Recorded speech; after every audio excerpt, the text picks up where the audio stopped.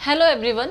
आज हम अपने वीडियो में ये जानेंगे कि अकाउंट को कितने पार्ट में डिवाइड किया गया है। क्लासिफिकेशन ऑफ अकाउंट को कितने पार्ट्स में डिवाइड किया गया है हम ये जानेंगे। क्यों तो हमारे बिजनेस में जितने भी ट्रांजैक्शंस होते हैं वो सिर्फ 3 पार्ट में डिवाइड किए गए हैं।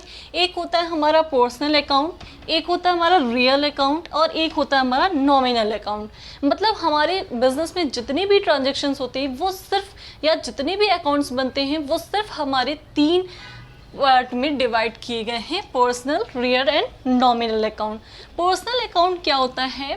पर्टिकुलर जो पर्सन को जो रिप्रेजेंट करता है, जैसे ह्यूमन बीइंग हो गया, कंपनी का नेम हो गया, तो ये जो पर्टिकुलर पर्सन को रिप्रेजेंट करता है, पर्टिकुलर नेम को रिप्रेजेंट करता है, उसे हम पर्सनल अकाउंट कहते हैं।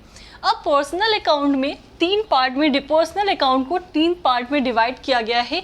एक फर्स्ट होता है हमारा नेचुरल पर्सन, एक होता है हमारा आर्टिफिशियल पर्सन एंड थर्ड हुआ हमारा रिप्रेजेंटेटिव पर्सन। नेचुरल पर्सन क्या होता है? जो पर्टिकुलर नेम को डिवाइड करता है, ह्यूमन बीइंग को डिवाइड करता है, वो उसको कहते हैं नेचुरल। जैसे कि राम, मोहन, मोहन अकाउंट, सोहन अकाउंट, ये सब पर्टिकुलर ह्यूमन बीइंग को रिप्रेजेंट कर रहे हैं, तो उसको हम कहते हैं नेचुरल पर्सन अकाउंट।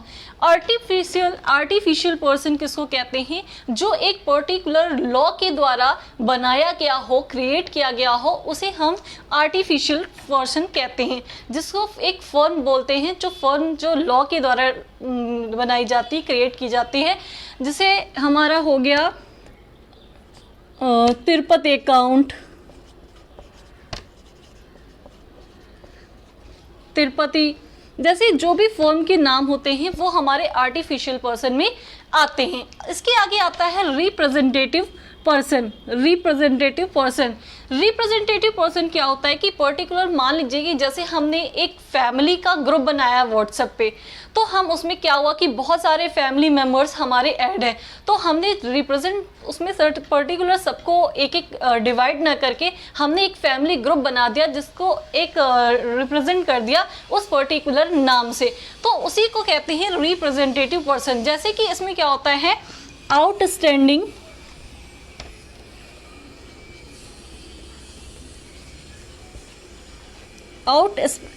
एक्सपेंसेस या इनकम या सैलरी,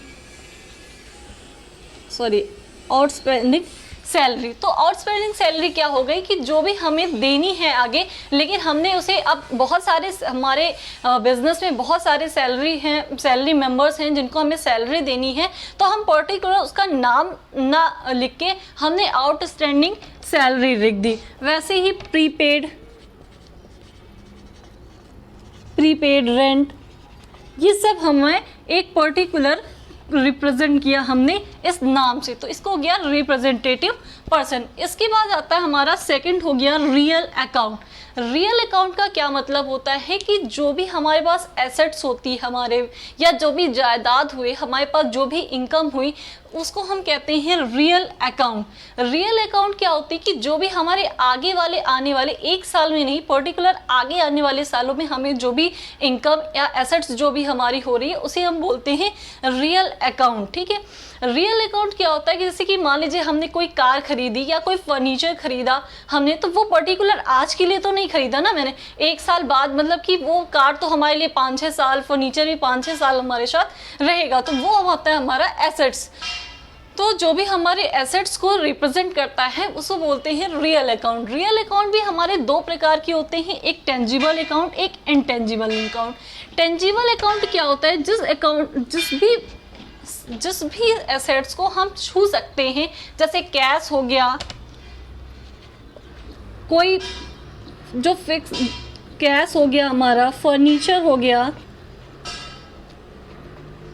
या हमारे पास मशीन हो गई, तो ये हो गया हमारा टेंजिबल अकाउंट। एक टेंजिबल अकाउंट को क्या होता है? जिस भी अकाउंट को हम छू नहीं सकते हैं लेकिन वो हमें प्रॉफिट दे रही है, जैसे हमारा ट्रेड हो गया, हमारी गुडविल हो गई, गुडविल का क्या मतलब होता है कि जो भी हमारी कंपनी में ख्याति हो रही है, जो भी हमारे बिजनेस में कि हमारा बिजनेस बहुत अच्छा है, बहुत अच्छा चल रहा है, तो ये हमारी होती है गुडविल। ये भी एक प्रकार की हमें एसेट्स ही है हमारी।